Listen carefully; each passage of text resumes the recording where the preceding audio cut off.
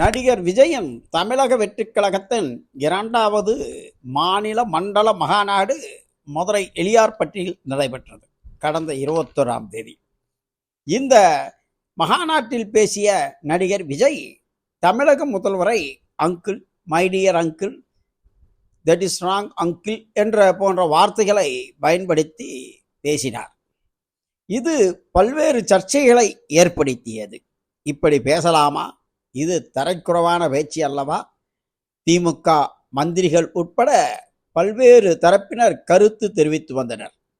இந்த சூழலில் மதுரை மீனாட்சியம்மன் கோயிலுக்கு வருகை தந்த நடிகர் சூரியிடம் நடிகர் விஜயின் இந்த பேச்சியை பற்றி கேட்டபோது,